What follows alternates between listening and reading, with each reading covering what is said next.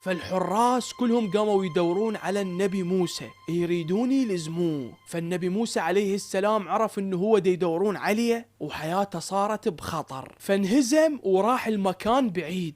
ظل يمشي لحد ما طلع من مصر. بسم الله الرحمن الرحيم. فخرج منها خائفا يترقب قال رب نجني من القوم الظالمين. فانهزم النبي موسى عليه السلام من مصر وعافهم.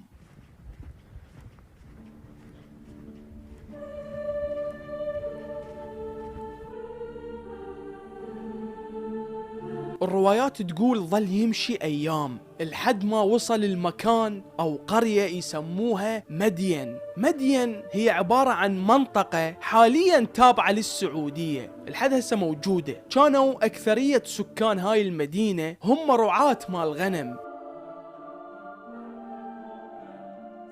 فالنبي موسى من طلع من مصر توجه إلهم. من وصل هناك شاف بير.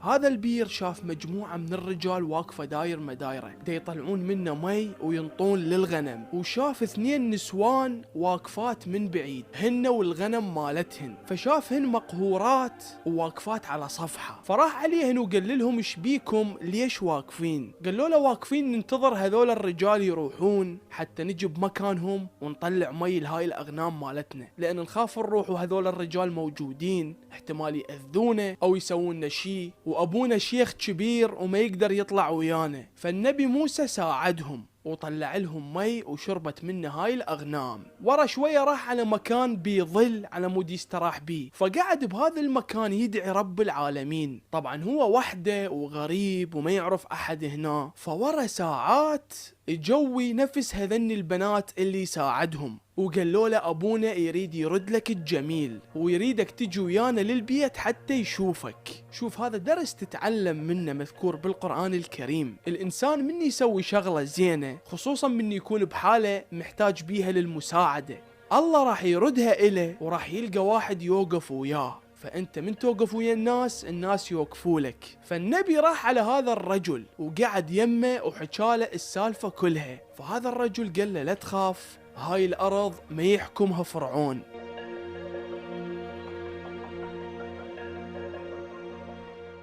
فهذا الرجل قرر يشغل النبي موسى عليه السلام عنده.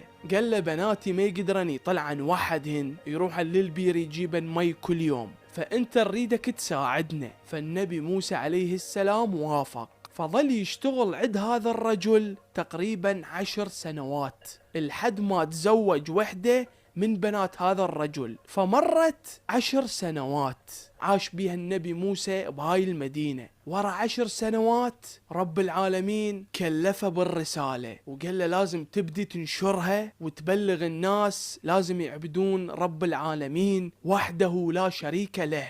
وقال له ريدك تتوجه لمصر. فطلع هو وزوجته وأهله كلهم وتوجه لمصر.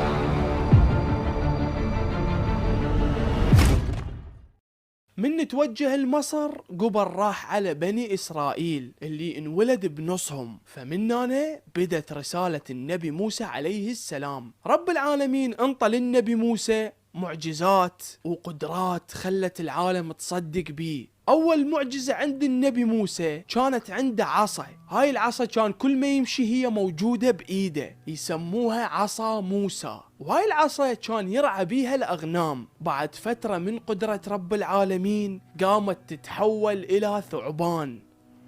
بسم الله الرحمن الرحيم. وما تلك بيمينك يا موسى؟ قال هي عصاي أتوكأ عليها وأهش بها على غنمي ولي فيها مآرب أخرى. طبعا النبي موسى كان عنده أخ اسمه هارون عايش بمصر هناك. فهذا هارون كان لسانه كلش فصيح، وعلى فكرة هو هم نبي، النبي هارون عليه السلام. شوف اجت فترة على البشر الله يدزلهم 2 أنبياء مرة واحدة أو 3 أنبياء مرة واحدة، أو يجيب نبي يولد نبي. فكانت فترة يكثر بيها تواجد الأنبياء عليهم السلام. وكل هاي والعالم ما تهتدي، رب العالمين كوما دز أنبياء للبشر وكو بيهم حتى ما نعرف أسمائهم. فعموما النبي موسى عليه السلام الروايات تقول كان لسانه بيه تلعثم، يعني ما يقدر يحكي بسلاسة مثل باقي البشر. فأخوه هارون كان فصيح اللسان، فرب العالمين خلاه معاون وياه حتى يخاطب الناس ويواجهون فرعون. فرب العالمين بلغ موسى وهارون عليهم السلام وقال لهم أريدكم تروحون لفرعون وتدعوه إلى عبادة الله. بسم الله الرحمن الرحيم. اذهبا إلى فرعون إنه طغى فقولا له قولا لينا لعله يتذكر أو يخشى قالا ربنا إننا نخاف أن يفرط علينا أو يطغى قال لا تخافا إنني معكم أسمع وأرى.